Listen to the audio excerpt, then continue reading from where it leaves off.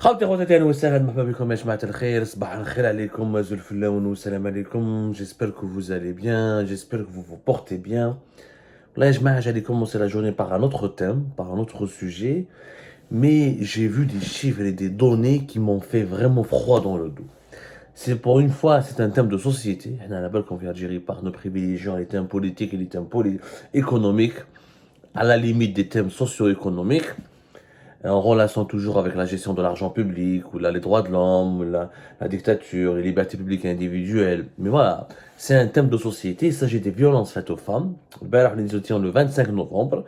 Le 25 novembre, c'est la journée internationale de lutte contre les violences faites aux femmes. C'est une journée internationale très importante. C'est plutôt la journée internationale pour l'élimination de la violence à l'égard des femmes. Il y a un collectif d'associations en Algérie a publié sur ce sujet une tribune qui contient les données d'un rapport qui a planché sur la question des violences faites aux femmes et c'est vraiment catastrophique.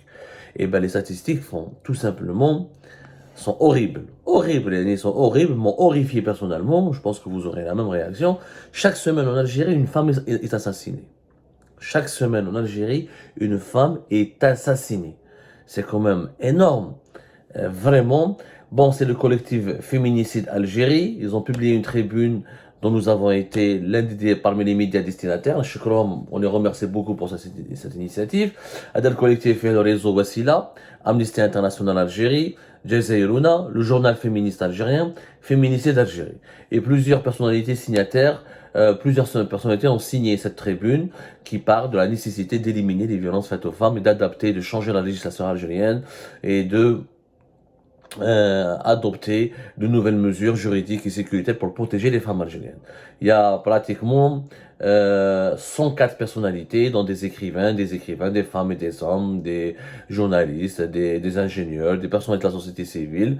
On les remercie pour cette initiative, elle est très très intéressante.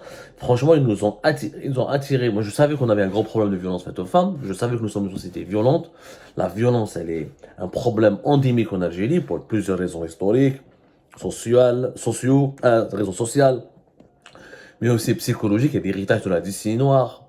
L'héritage de la décennie noire, il est quand même, nous n'avons jamais pu s'en débarrasser, on n'a jamais pu le surmonter. Les traumatismes nés de cette période, on a connu des massacres, des égorgements, des viols, des formes de violence extrêmes. Il n'y a pas eu une thérapie collective en Algérie. On n'en parle pas, on n'a jamais cassé les tabous. Il y a eu des associations qui ont essayé, des médias, à un moment donné, les autorités algériennes ont essayé de casser le tabou, de briser ce tabou, de créer des cellules d'écoute psychologique, de développer un petit peu les études scientifiques dans la psychologie collective pour essayer de permettre aux Algériennes et aux Algériens de bénéficier de certains soins. Mais malheureusement, la volonté n'a pas été menée jusqu'au bout. Nous avons un énorme problème de violence dans notre pays. Mais de là à imaginer que nous avons chaque semaine une femme qui est assassinée, c'est terrible, les gens. Chaque semaine, une femme est assassinée. Le rapport qui a été dressé par ce collectif se base sur les données qui ont été récoltées dans la presse algérienne. C'est uniquement à travers les faits divers que rapportés par les correspondants de la presse, ou là les communiqués faits et diffusés par les services de sécurité qui mènent la DGSN ou là la gendarmerie nationale. Alors depuis 2019, au moins 261 femmes ont été tuées, victimes de féminicide. La moitié d'entre elles, des mères de famille pour la moitié d'entre elles. Et la moitié de ces femmes qui ont été tuées, c'était des mères de famille. 16 étaient même enceintes au moment de leur assassinat, lorsqu'elles ont été tuées. 80% de ces femmes ont été tuées par un membre de leur famille, d'après les statistiques de ce rapport-là. C'est le conjoint qui est à l'origine de ces violences dans la moitié des cas. Il y a même des cas de femmes qui ont été tuées. Elles étaient les épouses de policiers et de militaires qui ont utilisé leurs armes de service pour les tuer. Les raisons de ces crimes, la jalousie, troubles mentaux, crimes d'honneur. Vraiment, par exemple, ce rapport parle d'une jeune femme de 19 ans qui s'appelait Nihel, qui a été tuée par les membres de sa famille, par ses proches, parce qu'ils ont pensé parce ils l'ont soupçonné d'être enceinte, qu'elle a hors mariage, c'est-à-dire qu'elle a eu une relation, elle appelle comme la sexualité dans notre pays, elle est très taboue, elle est illicite du point de vue religieux, et lorsqu'une femme a des relations sexuelles avec un homme hors mariage, ça cause énormément de problèmes, et surtout ces phénomènes de mère célibataire, où derrière, malheureusement, beaucoup d'hommes n'ont pas été à la hauteur, ils ne sont pas des vrais hommes, n'ont pas assumé leur acte jusqu'au bout, n'ont pas été solidaires avec leur conjointe, n'ont pas voulu épouser ces femmes, n'ont pas voulu assumer leurs devoirs vis-à-vis de leur partenaire. Donc ils ont abandonné ces filles-là et souvent elles sont victimes, ces mères célibataires sont victimes victimes de crimes très odieux. Donc voilà, c'est des chiffres qui font froid dans le dos. Et vraiment, malheureusement, il y a un arsenal judiciaire. L'Algérie est signataire de plusieurs conventions qui interdisent les violences faites aux femmes, les tortures qui sont infligées aux femmes. Par exemple, l'Algérie a adopté la convention sur l'élimination de toutes les formes de discrimination à l'égard des femmes en 1996. L'Algérie a ratifié le protocole un protocole de Maputo en 2017. L'amendement constitutionnel de 2020, la constitution algérienne de 2020 a prévoit dans son article 10 la protection des femmes contre toute forme de violence en tout lieu et en toutes circonstances. Mais malgré toutes les conventions internationales que l'Algérie a signées, les lois juridiques, ça reste malheureusement très théorique. Très théorique, où c'est malheureux d'en arriver là, Ejma. Wallah, sincèrement, il s'agit du protocole à la charte africaine des droits de l'homme et des peuples relatifs aux droits des femmes, que l'Algérie a signé en 2017. Donc, il y a une série de conventions internationales et de lois algériennes dans la constitution algérienne qui garantissent normalement aux femmes algériennes leurs droits les plus absolus à la sécurité, à la sûreté. Mais malheureusement, la réalité elle est tout autre. Franchement, elle est tout autre, notamment dans certaines régions intérieures du pays. La femme a encore du mal à, de, à se libérer, à s'émanciper, à se faire accepter par la société en tant qu'individu qui jouit de sa dignité, de son statut, d'autonomie, de son droit à l'expression, de son droit de jouir de certaines libertés publiques et individuelles. Il y a aussi le poids des tabous que il y a surtout l'héritage des maladies psychiatriques et des troubles mentaux, avec une très mauvaise prise en charge en Algérie. Les hôpitaux spécialisés en psychiatrie sont rares et sont mal équipés. Le nombre de psychiatres algériens est de plus en plus rare. Pas énormément de psychiatres algériens ont quitté le pays, se sont installés notamment en France. Les psychologues, souvent les Algériennes et les Algériens ne donnent pas de crédibilité aux psychologues. Psychologue, alors que le psychologue il est là pour écouter, il est là pour détecter des formes de violence, de déviance. Il peut jouer un rôle important, il peut alerter les autorités et celles de sécurité. Il peut ensuite accompagner l'individu à surmonter certains de ses traumatismes, à gérer ses pulsions. On a un énorme problème de prise en charge des troubles mentaux. On a connu la société algérienne a connu une série d'événements très traumatisants. La décennie noire, la décennie noire, le printemps berbère, le printemps noir en 2001, les événements de 2011, les événements de politique, la Covid, période de la Covid-19, la pandémie de la Covid-19 et les morts qu'on a eues, les gens ont perdu des proches dans des conditions atroces.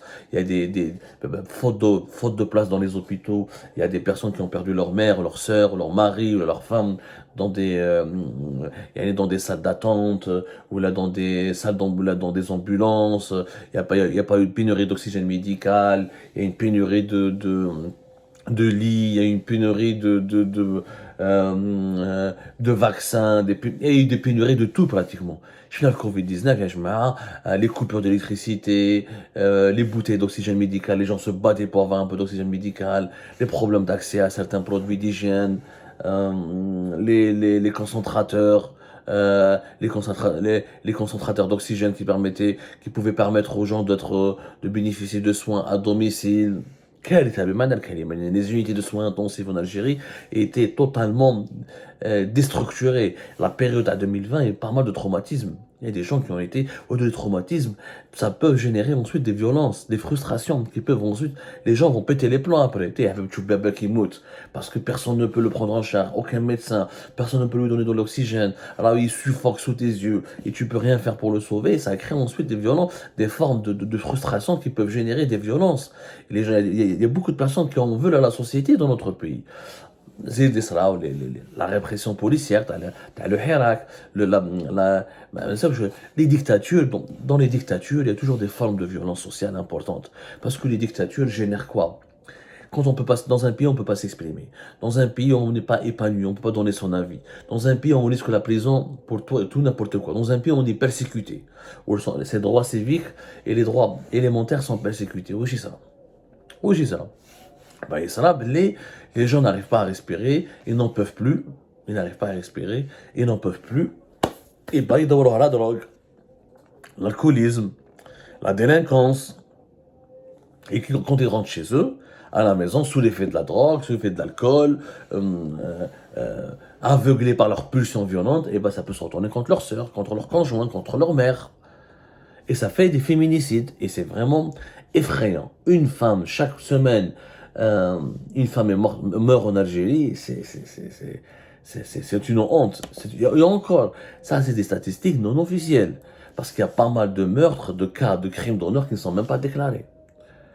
Wallah el Adim, attention, moi j'ai fait le tour de l'Algérie, et dans certaines régions, on protège le criminel, on protège le violeur, la femme violentée ne peut pas déposer plainte, elle préfère, elle subit des pressions pour protéger le criminel ou l'auteur de des violences qui lui ont été infligées, la personne qui l'a violenté, elle subit un carcan, elle subit une loi du silence qui lui est imposée. Donc ce sont des statistiques qui sont non représentatives. Ça pourrait être pire. Ça pourrait être ça pourrait être nettement pire. Une femme est assassinée chaque semaine, c'est effrayant. Les Algériennes méritent tout notre respect. Nos sœurs, nos femmes, nos mères ont fait beaucoup pour notre pays, font beaucoup pour contribuer à la liberté, au développement, à la préservation de la dignité de notre pays. La femme algérienne a été de tous les combats, depuis la guerre de l'indépendance jusqu'à aujourd'hui. Je pense qu'on doit leur rendre hommage, mais on doit surtout les respecter, les considérer, les protéger, et cesser de les mépriser, de les humilier et de les violenter.